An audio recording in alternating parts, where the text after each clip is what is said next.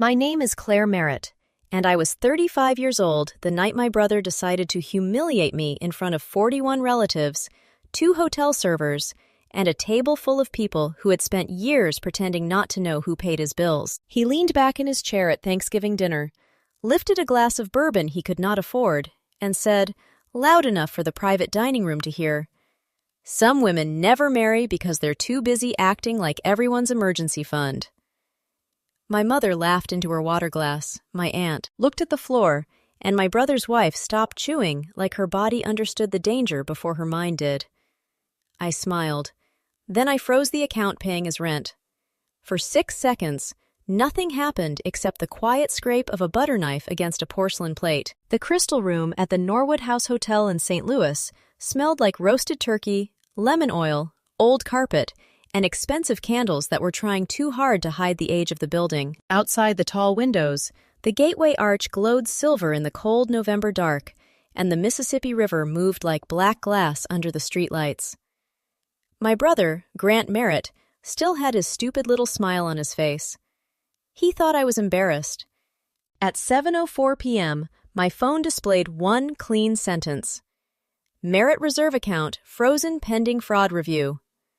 At 7:05, the automated rent draft scheduled for his 4-bedroom rental in Chesterfield failed its pre-clearance check. At 7:06, notices went out to the leasing company on his 2 company trucks, the insurer carrying his general liability policy, and a commercial lender in Des Moines that had accepted my forged signature on a $275,000 equipment loan. At 7:07, Grant's phone buzzed against the table. That was when his smile disappeared. He looked down casually at first, the way arrogant people do when they believe every problem is temporary because someone else has always made it temporary for them. Then he unlocked the screen, read the first notification, and blinked twice. Another message arrived. Then another. His face lost color so quickly that one of the servers, a young man holding a tray of cranberry sauce, whispered to the manager standing near the door, "Is he choking?" He was not choking. He was recognizing consequences. My mother, Patricia Merritt, leaned close enough that I could smell her rose perfume and the white wine on her breath. "Claire," she whispered, her mouth barely moving. "What did you do?" I folded my napkin once, placed it beside my plate, and looked at the man who had spent 8 years teaching our family that love meant subsidizing his lies. "I protected my name," I said. That was the first honest sentence spoken at that table all night. To understand why freezing an account at Thanksgiving felt less like revenge and more like pulling a fire alarm, you have to understand my family. My father, Paul Merritt, had owned a small flooring company in South County for 32 years, and he believed in receipts, warranties, clean job sites, and paying taxes before buying anything shiny. My mother believed in appearances, Sunday brunches, monogram napkins, and calling dysfunction stress as long as the person causing it wore a nice watch. Grant believed in Grant. He always had. He was 38, handsome in the careless way some men are when other people clean up behind them, with gray eyes, a salesman's smile, and a gift for turning a confession into a story about his suffering. His company, Red Cedar Renovations, had begun with decent tools and a reasonable business plan, but within 2 years it became a machine for converting other people's trust into emergency loans. Homeowners liked him because he could make a cracked foundation sound like an exciting opportunity. Banks liked him until they saw the books. I should have seen it earlier. The problem was that I saw disasters for a living, and I still refused to look at the one sitting across from me at Christmas, Easter, Labor Day, and every birthday dinner my mother insisted would be different this time. I worked as a commercial property loss investigator for a regional insurance firm. When a warehouse burned at 3:11 a.m., when a contractor submitted 3 invoices for one roof, when a restaurant owner claimed flood damage in a kitchen that had never flooded, people called me to find the pattern beneath the performance. My job was to notice what didn't belong. At home, I ignored everything. The first time Grant asked me for money, he needed $14,800 to finish a bathroom remodel after a client delayed payment.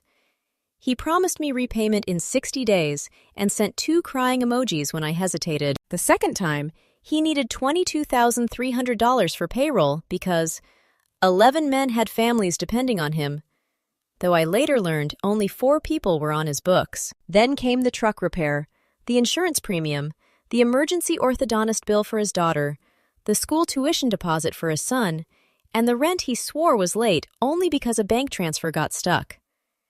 Every crisis had a countdown clock. Every refusal made me cruel. My mother's favorite line was, "You don't have children, Claire, so you have room to help." She never said it with an ugly voice. That was part of the trick. She said it gently, like she was explaining weather, like my unmarried life created spare money, spare sleep, spare dignity, spare skin. If I pushed back, Grant said I had become cold from working with claims files all day. They made my stability sound like a character flaw. After my father died from a stroke 3 years before that Thanksgiving, the pressure changed shape. Grief made every request look smaller than it was. Grant stood in my kitchen 2 weeks after the funeral, holding a mug of coffee he had not touched, and said Dad would have wanted us to hold each other up. My mother repeated that sentence until it hardened into family law. Years later, that sentence would sound less like memory and more like leverage. Then, 18 months after Dad's funeral, I created the Merritt Reserve. It was not a family account, no matter what my mother called it. It was legally mine, funded by my salary, and connected to automatic payments that covered Grant's rent, his commercial liability insurance, 2 truck leases, and utility bills for a shop space in Maplewood. I created it after his landlord sent a certified notice demanding $18,600 in back rent and late fees. Grant cried in my driveway that night and said his kids would be homeless. I believed the children part. That was my weakness. The arrangement was supposed to last 6 months. Grant agreed to deposit 15% of every completed project into the reserve until he repaid the balance. He made 2 deposits. One was $3,200, and the other was $2,900. Both sent the same week he needed me to co-sign a supplier account. By Thanksgiving, I had contributed $192,450. Grant had returned $6,100. I knew that was bad. I did not know it was criminal. The call that changed everything came on October 9th at 10:18 a.m. I was standing in the parking lot of a burned-out storage facility in Alton, Illinois, wearing steel-toed boots and a navy parka that smelled faintly of smoke. A woman from Prairie Gate Capital asked whether I had approved a personal guarantee for Red Cedar renovations. I thought she had the wrong Claire Merritt until she read the last 4 digits of my social security number and an address I had not lived at since 2016. My skin went cold under my coat. The application arrived in my inbox 7 minutes later. There it was. My full legal name, my old address, my social security number, and a signature that looked like mine if you had only seen my name on birthday cards and never watched me sign a sworn statement. The final R leaned too far right. The pressure lifted on the last stroke. Whoever copied it did not know I always pressed harder at the end. Grant had made one mistake. He forged a signature belonging to someone who studied forged signatures for a living. I did not call him. I did not call my mother. I did not send a long text explaining how hurt I was, because hurt is a door manipulative people know how to open from the outside. I called Mara Ellison, a forensic bookkeeper in Clayton who had once helped me unwind a $1.2 million contractor fraud case involving phantom subcontractors and fake storm damage.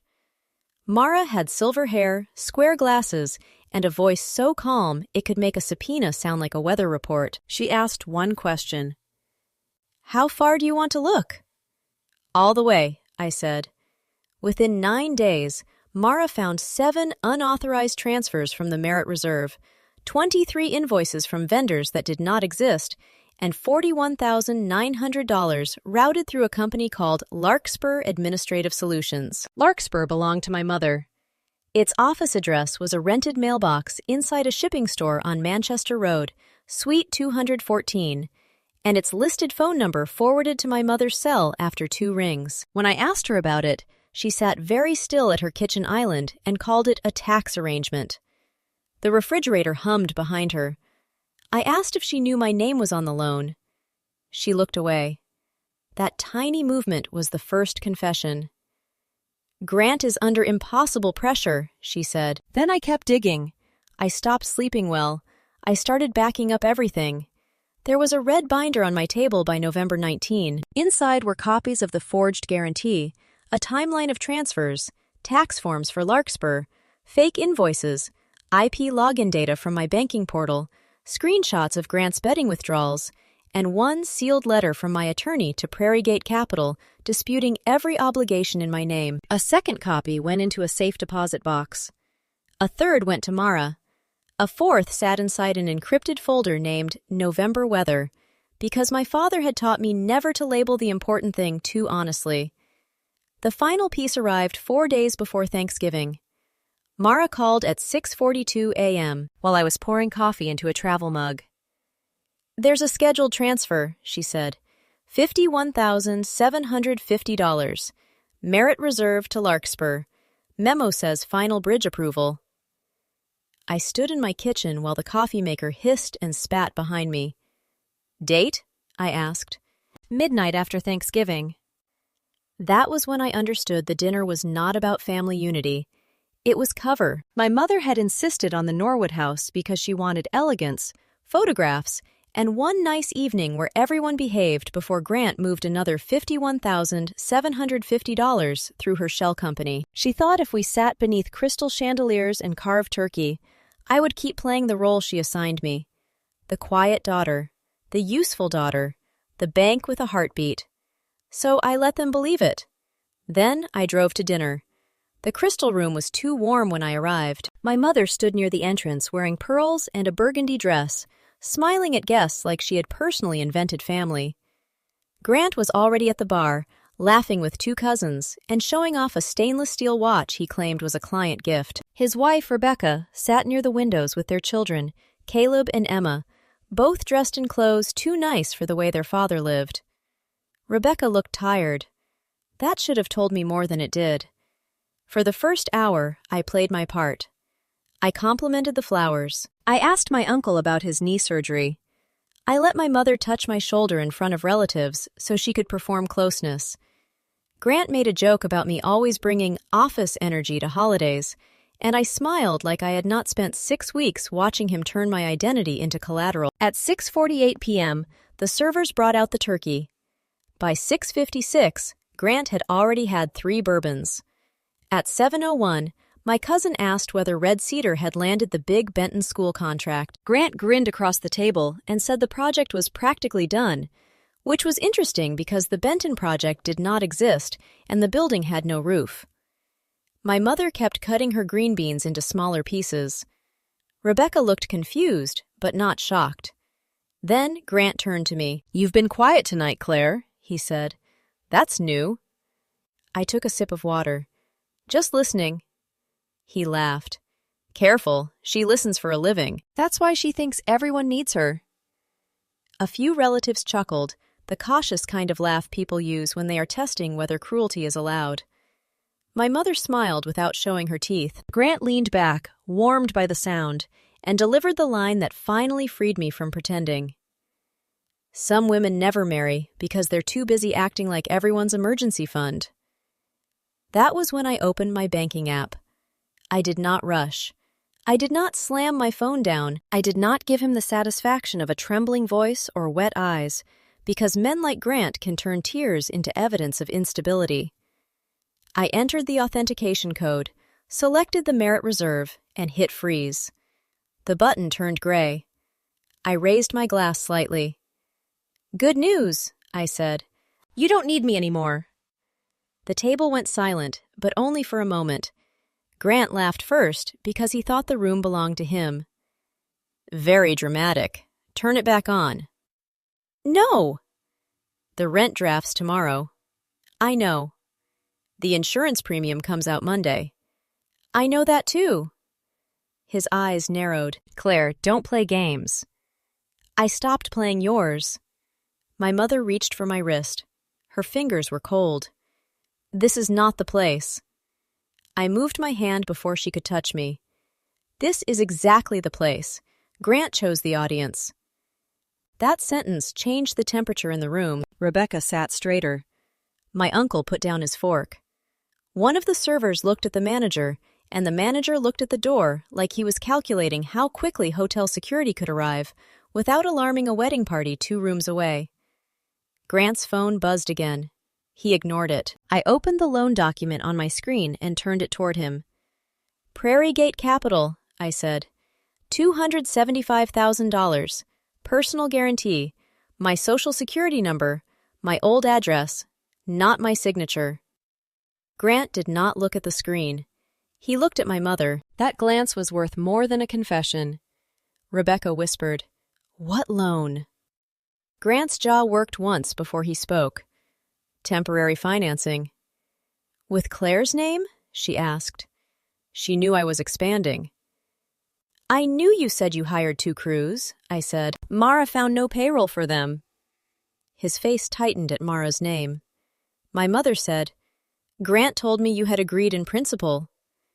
In principle, I repeated. That is a fascinating phrase for federal bank fraud. Someone inhaled sharply near the end of the table. My aunt made a small sound like she wanted to disappear into her mashed potatoes. Grant leaned forward, lowering his voice as if volume, not evidence, had become the problem. You want to ruin me over paperwork? No, I said. Paperwork is what saved me from you. Rebecca stood up so quickly, her chair legs screamed against the polished floor. The sound made both children look over from the kids' table. She asked her sister to take Caleb and Emma into the lobby. Her sister obeyed without a word, gathering coats and crayons with shaking hands. When Rebecca returned, she did not sit. She looked at me. Do you know about the house? Grant's head snapped toward her. Rebecca! What house? I asked. My mother's house, Rebecca said. Grant said your investment meant the lender wouldn't need to use it as collateral. The private room went so quiet that I could hear the old radiator clicking beneath the window. Rebecca's mother owned a small ranch house in Kirkwood, fully paid for after 30 years as a school secretary. Grant had apparently convinced her to pledge it as backup collateral for a business that had already swallowed my identity, client deposits, fake invoices, and betting losses. 2 women who had never agreed to carry his risk were now standing on opposite sides of the same crater. Grant stared at his wife like betrayal had come from her. The paperwork can be fixed Monday, he said. The $51,750 transfer scheduled for midnight, I said. Was that paperwork too? My mother closed her eyes. Rebecca turned toward her. You knew! Patricia's voice cracked. I was trying to keep everything from collapsing. No, Rebecca said. You were holding the walls up while he sold the foundation. I almost smiled at that, because Rebecca had just described my entire life. Grant's phone buzzed again and again. This time, he looked. The first notice was from the property management company. The second was from the truck leasing office. The third was an automated message from Prairie Gate Capital acknowledging receipt of a fraud dispute. His skin went pale around the mouth.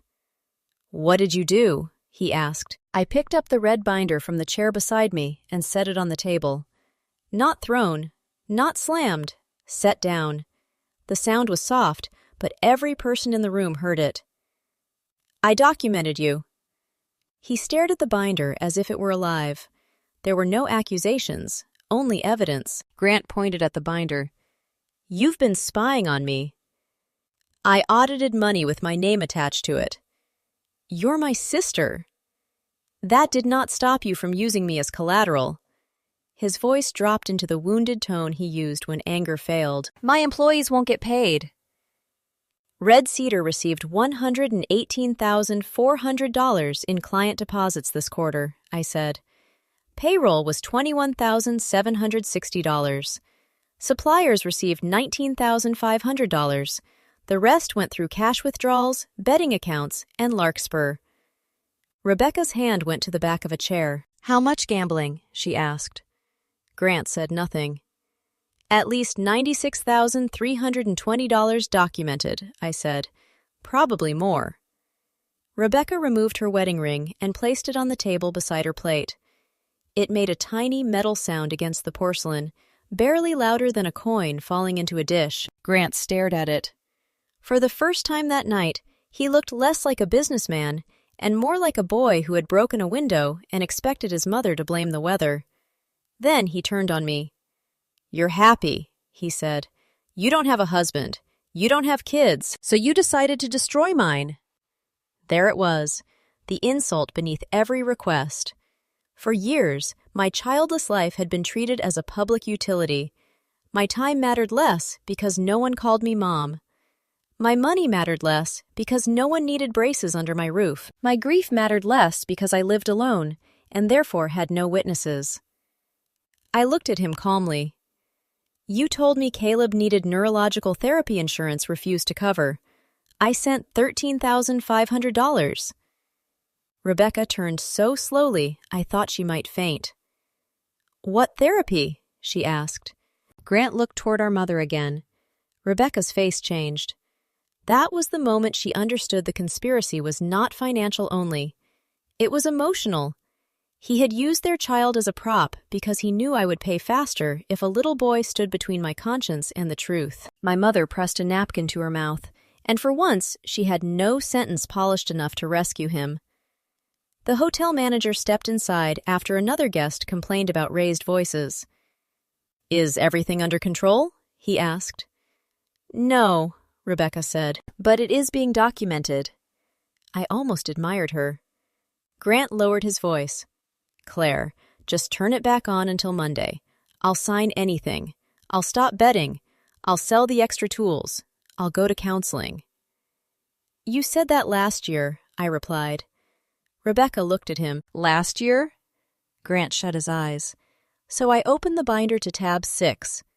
Tab 6 held the records from the night he called me from an Illinois casino parking lot at 1:23 a.m., crying because he had lost supplier money on a playoff bet and needed $17,000 before sunrise. The binder did what shouting never could. It made memory admissible. By 7:31 p.m., Rebecca had called her mother. By 7:36, my attorney had received the word orchard. By 7:42, Grant's truck leasing company had disabled his fuel cards. By 7:51, Prairie Gate Capital placed the loan package under internal fraud review and suspended disbursement. At 8:03, my mother asked me in front of everyone whether I could pause the legal part until after the holiday weekend. I looked at her for a long time. The chandeliers above us turned her pearls into small moons. She looked old suddenly, not because of age, but because denial ages a person all at once when the lights come on. She had built her motherhood around protecting Grant from consequence, and now she was realizing the shelter had been made from pieces of me. "No," I said. She whispered, "He is your brother." "I know," I said. "That is why I waited for proof." Grant left before dessert. He did not storm out because hotel security was standing near the hallway, and men like Grant understand witnesses. He walked out with his coat over one arm, pale, sweating, and still pretending the room had misunderstood him. Rebecca stayed behind long enough to collect the children's drawings, her ring, and 3 photocopied pages from the binder. She hugged me in the lobby. It was not a warm hug. It was the kind of hug people give when they are holding themselves together with one hand and thanking you with the other. The next morning, I filed the identity theft report at 9:12 a.m. The police station smelled like wet wool, floor wax, and burnt coffee left too long on a warmer. The officer behind the desk looked bored until he saw the loan guarantee, the IP logs, and the Larkspur transfer trail. Then he stopped tapping his pen. "Your brother did all this?" he asked. "My brother used my name," I said. "The documents will show who helped." That afternoon, Prairie Gate Capital sent a formal notice voiding my guarantee pending investigation. The following Monday, Red Cedar's insurer issued a reservation of rights letter after discovering misrepresented project data. On Tuesday, the Missouri Contractor Licensing Board opened a complaint. On Wednesday, Rebecca's attorney filed for temporary financial separation and requested an order preventing Grant from using marital assets, her credit, or her mother's property in any business financing. The walls began to move, not because I pushed them, because they had never been load-bearing. Grant called me 17 times in 4 days. I did not answer. He sent texts accusing me of jealousy, cruelty, sabotage, class arrogance, and wanting to win Thanksgiving. Then he switched to apologies. Then he asked for $4,000 for groceries. Then he accused me of hurting the children. Then he sent a photo of Caleb's backpack by the door. I forwarded every message to my attorney. My mother came to my house the first Sunday in December. She stood on my porch in a camel coat, holding a pie from a bakery she had always claimed was homemade. I let her inside because I wanted to see whether truth had changed her. It had not changed enough. My kitchen smelled like dark coffee and rain. She placed the pie on the counter. "Your brother may lose everything," she said. "He spent everything," I replied. "He is sick. He is also responsible." She looked at me with red eyes. "Do you know what people are saying?" There it was again. Not what he did, what people would say. The investigation took 5 months. Legal processes are not like movies. They are slower, uglier, and full of fluorescent rooms where tired people staple documents while vending machines hum in the hallway. Grant was not dragged from Thanksgiving in handcuffs, though a small part of me had wanted the click of cuffs to echo under those chandeliers. Real consequences arrived by certified mail, court filings, canceled contracts, revoked credit, and the quiet refusal of people who once answered his calls. That was worse for him. Red Cedar renovations collapsed by January 18th. The 2 leased trucks were repossessed from the shop lot at 6:40 a.m., while frost still covered the windshield. A supplier placed a lien on 3 unfinished jobs. 2 homeowners filed complaints. The Benton school file became evidence of fabricated billing attached to interstate financing, which pulled the matter into federal review. Larkspur Administrative Solutions dissolved after my mother amended 2 years of tax filings and paid penalties from her savings. She never called it harmless again. Rebecca later wrote one short email through her attorney. She said she was angry I had known before she did, and grateful I finally said it where she could not ignore it. I understood both parts.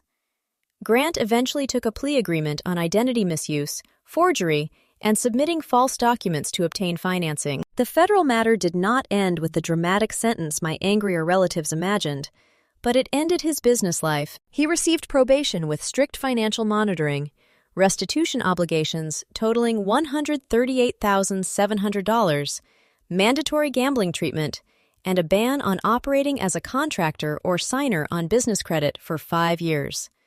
His mugshot did not look like justice. It looked like exhaustion. By then, my life had changed too. The money that once flowed into the Merritt Reserve stayed in my account. The first month felt strange, almost guilty, as if peace were a luxury I had stolen. Then I paid off the last of my car loan. I replaced my cracked kitchen window. I took the advanced fire origin certification course I had postponed for 2 years because Grant always needed something before I could invest in myself. Freedom was quiet. It sounded like no ringtone at midnight. In April, my firm promoted me to Regional Special Investigations Lead. The office smelled like printer toner and new carpet the morning my supervisor handed me the badge card. I thought of Dad, of his old flooring shop, of the way he could spot a bad measurement from across a room. I thought of the red binder sitting in my cabinet, and how a family can spend years calling you difficult when all you are doing is measuring accurately. I finally understood him. The next Thanksgiving was smaller. We did not return to the Norwood house. My Uncle Daniel hosted at his brick ranch in Afton, where the chairs did not match and the gravy came from a packet, and nobody pretended elegance could disinfect history.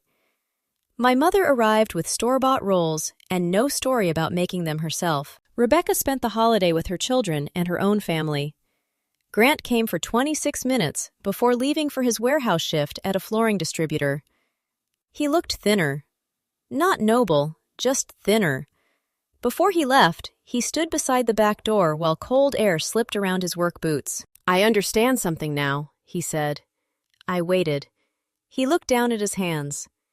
"You weren't helping me. You were carrying what I refused to hold." The sentence did not heal everything. It did not return my money. erase Rebecca's fear, or give my mother back the years she spent mistaking concealment for protection. But it was the first sentence Grant had spoken without trying to buy, borrow, or bend something from me. So I accepted it as a beginning. Not forgiveness. A beginning. People sometimes ask whether I regret freezing the account in front of everyone. They expect me to say yes because public humiliation sounds cruel when you describe it without context. But secrecy had been Grant's oxygen. Every private warning became a negotiation. Every quiet rescue became another room where he could hide the damage. He mocked me publicly. I answered with records. That was not revenge in the way people imagine revenge. Revenge would have been destroying something that belonged to him. I froze an account that belonged to me. I disputed a signature that was not mine. I sent evidence to people whose job was to examine it. The rest was simply the bill for decisions he had been charging to everyone else. A boundary is not a weapon. It is a locked door. The people who benefited from the door being open will call the lock cruel. They will say you changed. They will say family means sacrifice, forgiveness, silence, and one more chance. Always one more chance, until your life becomes a storage unit for consequences they refuse to own. But love without accountability does not save a family. It teaches the most destructive person that everyone else is available for demolition. My father said Grant confused rescue with entitlement. I confused sacrifice with love. We were both right. Now, when my mother asks before giving Grant money, I tell her the same thing every time. You are free to help him, but do not call it family if the price is someone else's safety.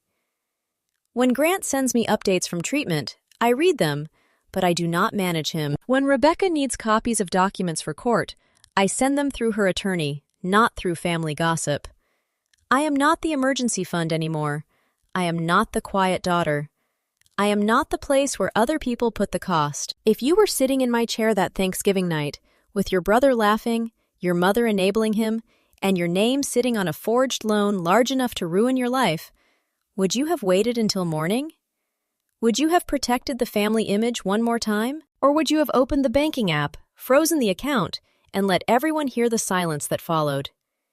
Tell me in the comments where you are watching from, how old you are, and whether you believe family loyalty should survive financial betrayal. If this story made you think of someone who always expects rescue but never accepts responsibility, subscribe to the channel and stay with us for the next story. Sometimes the truth does not arrive with shouting. Sometimes it arrives in a red binder.